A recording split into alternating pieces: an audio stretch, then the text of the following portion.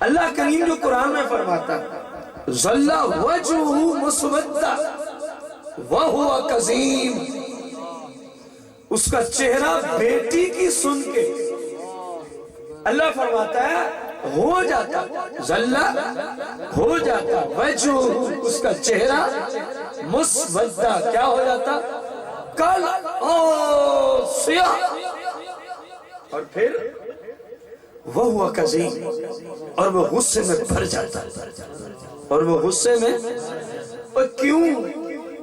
وہ کہتا میرے گھر بیٹی کیوں پیدا ہو گئی ہے؟ میرے گھر، کیونکہ نادان تھے، ابھی تک عقل دینے والی ہستی تشریف نہیں لائی تھی، کیونکہ احمق تھے، ابھی تک شعور بخشنے والی ہستی دنیا میں ظاہری طور پہ آئی نہیں تھی، کیونکہ بے شعورے تھے، شعور کی شمع روشن کرنے والے کا ابھی تک میلاد کا موسم آیا ہی نہیں تھا۔ اس لیے جب ان کو کہا جاتا تیرے گھر کون پیدا ہوئی ہے، تو قرآن کہہ رہا ہے کہ کافروں کا چہرہ کیسے ہو جاتا ہے؟ سارے بولے، اور وہ کظیم، اور وہ غصے میں بھر جاتے، اور وہ غصے میں بھر جاتے، یتوارا من القوم۔ اور اگلی بات، دو باتیں گزر چکی، تیسری، پہلی چہرہ سیاہ ہو جاتا، دوسری وہ کظیم، ان کو غصہ آتا کہ میرے گھر بیٹی کیوں پیدا ہو گئی ہے، تیسری بات، یتوارا من القوم من سوء ما بشر بہ، وہ اپنے دوستوں سے، اپنے گھر والوں سے، اپنے پڑوسیوں سے، رشتہ داروں سے چھپ جایا کرتے تھے، کئی دن وہ چھپ جایا کرتے تھے، اور کیوں؟ کہیں مجھے کوئی یہ نہ کہہ دے کہ تجھے بیٹی پیدا ہوئی، کوئی رشتہ دار، کوئی دوست، کوئی پڑوسی، کوئی ہمسایہ مجھے یہ نہ کہہ دے کہ تجھے کیا پیدا ہو گئی ہے، بیٹی۔ اللہ کا قرآن کہتا ہے وہ مشرک چھپ جاتا، وہ کافر چھپ جاتا۔ اللہ کریم نے فرمایا ایمسک علی ہون ام یدس فی التراب، اور تو جو کالا پیلا نیلا سیاہ ہو گیا اور قوم سے، قبیلے والوں سے چھپ گیا ہے اور غصے سے بھر گیا ہے، اب تو کیا کرے گا؟ اسے پیدا تو ہو ہی گئی، تو کیا کرے گا؟ تو کیا کرے گا؟ پیدا تو ہو ہی گئی ہے، پیدا تو ہو ہی گئی ہے۔ فرمایا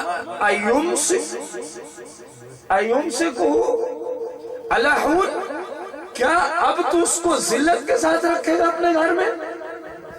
بچی کو، جو بیٹی تجھے اللہ نے دی ہے، اے مشرک، اے کافر، کیا تو اس کو ایمسکہ علی ہون، اس کو ذلت کے ساتھ منحوس سمجھتے ہوئے گھر میں رکھے گا،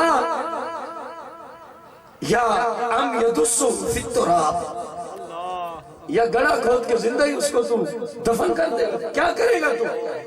میرے رب فرماتا ہے الا ساء ما یحکمون، اگر تو بیٹی کو منحوس سمجھتا ہے تب بھی تیرے جیسا بدماش کوئی نہیں۔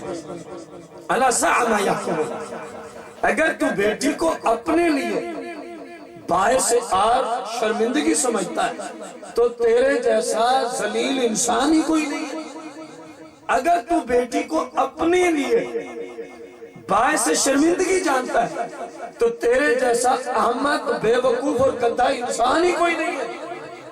اللہ کا قرآن ہے، میں آپ کو وہ بیان کر رہا ہوں۔ یہ میلاد مصطفیٰ سے پہلے کافروں کو کہا جا رہا ہے، کن کو؟ کہاں کیوں جا رہا ہے؟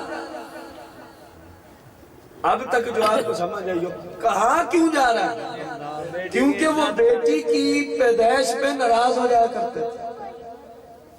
جب ان کے ہاں کسی کو بیٹی پیدا ہوتی تو وہ مر جایا کرتے تھے، وہ مر جایا کرتے تھے۔